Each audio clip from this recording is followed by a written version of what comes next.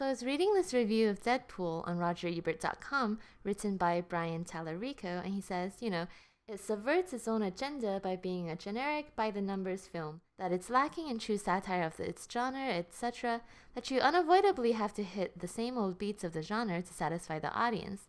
And basically, he was disappointed by the fact that Deadpool the character was so rebellious, but the structure of the film wasn't. Deadpool actually follows a very conventional Hollywood screenwriting structure.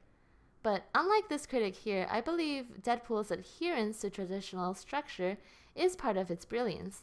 From the opening credits, where the producers are credited as asshats, while the writers are the real heroes, I pretty much knew I was in for a ride. The writers know the structure, they make fun of it, but they follow it anyway. They make fun of knowing we'll react a certain way if they follow the structure, and we react in the predicted way anyway, or at least most people did, judging by the ratings.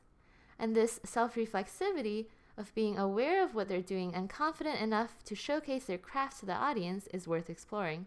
So the film begins in a taxi where the cab driver asks what happened to Deadpool, and he's like, some dude fucked me up, now I gotta go get revenge. By the way, look what he did to my face. And I'm like, this is the first 4 minutes of the movie, and you're verbally conveying everything I need to know through a conveniently occurring conversation.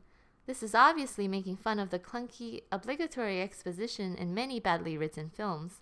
Jimmy, I am 18-year-old Black Dynamite, and you're my 16-year-old kid brother, and you are high as a kite. Then Deadpool says, I got places to be, a face to fix, and bad guys to kill. He literally says that. Usually we want the audience to relate to the protagonist's goal, but we'll convey it in some clever visual way. But in Deadpool, it's just stated in the most blatant way possible. Moreover, it sets up, super efficiently, the beginning of Wade Wilson's character arc, both internally, with the face to fix, his journey towards self-acceptance and accepting his own herohood, and externally, with the bad guys to kill, because it sets up a physical goal. About 4 minutes into the film, Deadpool states the theme, which is basically everything tastes like shit if you let go of love, so don't do it. That pretty much sums up the quote-unquote moral of the film. So much of the setup is done on Medea's res, which is pretty cool. He's already on his way to kill the villain, and at some point he tells us he only has 12 bullets left, and actually asks the audience to count them down with him. This is kind of like a play on the device of the ticking clock, which raises the stakes, but instead of limited time, it's limited resources. With the breaking of the fourth wall, they're basically blatantly manipulating the audience, and the audience knows it's being manipulated, but that doesn't stop us from being a little bit anxious as he's running out of bullets. Then we get quite a long backstory sequence, and Wade says he's not a hero, which sets up the beginning of his character arc, and of course it comes full circle eventually. About 20 minutes in, he has a meet-cute scene with Vanessa, which sets up the B story, traditionally the love interest.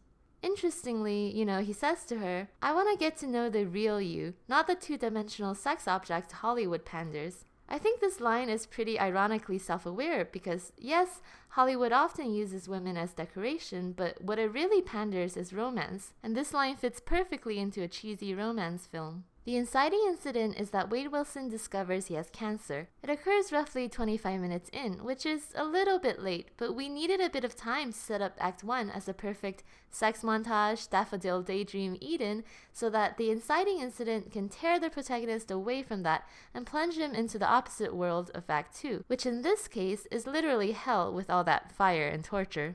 About 30 minutes in, the recruiter character shows up, and Weasel, the bartender character, says, he's a real Grim Reaper type, might further the plot, which was hilarious because the recruiter character takes the role of what's called the supernatural aid in the hero's journey. It's something that's plausible but not really set up. It just kind of happens out of nowhere for the sole purpose of furthering the plot. In Silence of the Lambs, this is actually when Miggs flings cum on Clarice Starling, because prior to this moment, Lecter has refused to help her and she wouldn't have gotten anywhere with her case. But because of this random thing, Lecter feels bad and starts giving her clues. Anyway, back to Deadpool. Now Wade Wilson suddenly has a way to beat his cancer. Act 2 starts 35 minutes in with his decision to undertake the Weapon X program. And he says, this'll be one way to save her life. Isn't that what superheroes do? So this is in direct contrast to Act 1 where he says he's definitely not a hero. The midpoint twist actually does come almost perfectly in the middle of the film at minute 47, when Francis reveals that they're training super slaves, not superheroes. So the hero is suddenly further away from his goal because Wade might never be able to return to Vanessa if he's sold as a slave. Of course, he's also emotionally further because even if he could physically return, he wouldn't want to show Vanessa his scars. The darkest moment marks the end of Act 2, and in Deadpool, it comes right on time, 72 minutes in. The stakes are suddenly raised as Vanessa is kidnapped by Francis. Usually, there would be some sort of death at this moment, either physical or metaphorical.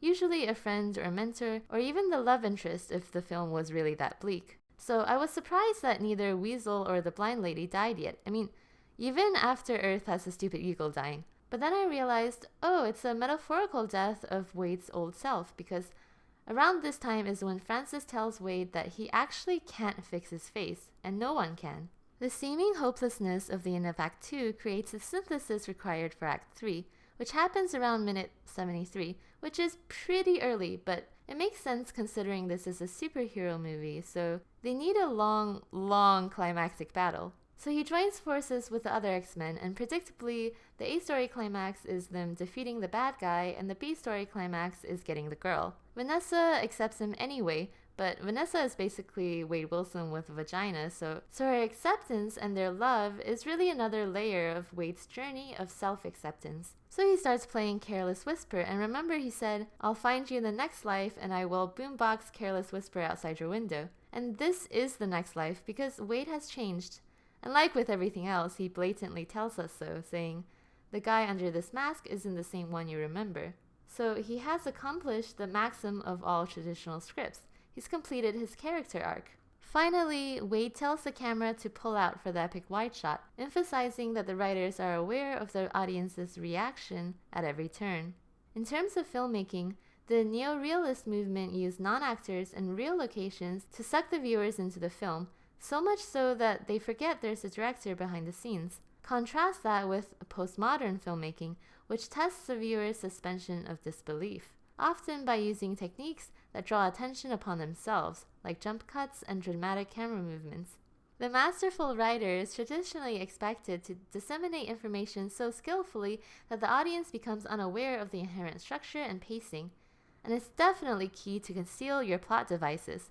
But perhaps, as Deadpool shows us, audiences are ready for a bit more self-reflexivity in the craft of screenwriting.